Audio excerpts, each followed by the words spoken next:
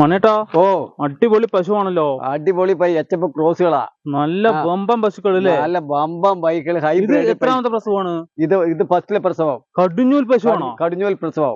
ഇത് രണ്ടാമത്തെ പ്രസവമുള്ള പശുവാണ് അല്ലേ? പ്രസവമാണ് ഇത്. ശരി ശരി ശരി. ഇതൊക്കെ നമുക്ക് വീടുകളിലേക്കാൻ പറ്റുമോ അതോ ഫാമുകളിലേക്കാണോ? ഫോമുകളിലേക്കേ പറ്റത്തുള്ളൂ. വലിയ ഫാമുകളായിട്ട് നല്ല പാല് കൂടുതൽ വേണം, 20 ലിറ്ററിന് മുകളിൽ വേണം എന്നൊക്കെ ഉദ്ദേശിക്കുന്നവർക്ക് ഇങ്ങനത്തെ പശുക്കൾ എടുക്കാം അല്ലെ? വീടുകളിലേക്ക് ഇത് പൈകൾ അവർക്ക് പോറ്റാൻ വലിയ അതെ ബുദ്ധിമുട്ടാണ്. അതെ, അവർക്കൊക്കെ ജേഴ്സി പശുക്കൾ, ചെറിയ വീടുകളിലേക്ക് ജേഴ്സി ചെറിയ പശുക്കൾ അല്ലേ? ഇത് വലിയ ഫോമുകളിലേക്കേ പറ്റത്തുള്ളൂ. ഇങ്ങനത്തെ പശുക്കള് ഒരുപാടെണ്ണം നിങ്ങളുടെ കസ്റ്റഡിയിലുണ്ട് അല്ലേ? ഉണ്ട്. ശരി, ഇതൊന്ന് നടത്തിക്ക് നോക്കട്ടെ.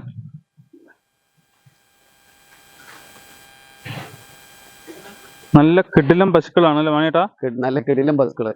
ഓ ഇതൊക്കെ നമ്മൾ എവിടെ നിന്നാണ് ഇങ്ങനത്തെ പശുക്കളൊക്കെ കിട്ടുന്നത്? പാലക്കാട് ബോർഡറിൽ തന്നെ ഉണ്ട് അല്ലേ? പാലക്കാട് ബോർഡറിലുണ്ട്, പക്ഷെ കൃഷ്ണഗിരിയിൽ നിന്ന് കൊണ്ടുവന്ന പശുക്കളാ. ഓ, കൃഷ്ണഗിരിയിൽ നിന്ന് നമുക്ക് വിൽക്കാൻ വേണ്ടിട്ട് കൊണ്ടുവന്നിരിക്കുകയാണ് അല്ലേ പശുക്കള്? ഇതൊക്കെ കടിഞ്ഞൂൽ പശുവാണ് അല്ലേ? കടിഞ്ഞൂൽ പശുവാണ്. ഇത് രണ്ടാനീതി പശു, കൃഷ്ണഗിരി പശുക്കളാണ്. ശരി ശരി. അല്ലാണ്ട് നമ്മുടെ പാലക്കാടിൽ ഇങ്ങനത്തെ പശുക്കൾ ഉണ്ടാവില്ല. നമുക്ക് വല്ലതും എന്തെങ്കിലും ചെലവ് കാശ് കടിക്കും പറഞ്ഞ് ഞാൻ കൊണ്ടുവന്നതാ. ശരി ശരി ശരി. വിൽക്കാൻ വേണ്ടി കൊണ്ടുവന്നിരിക്കുന്ന പശുക്കളാണ് കൃഷ്ണഗിരിയിൽ കൊണ്ടുവന്നത്. നല്ല ക്വാളിറ്റിയുള്ള പശുക്കൾ അല്ലേ? നല്ല ക്വാളിറ്റിയുള്ള പശു.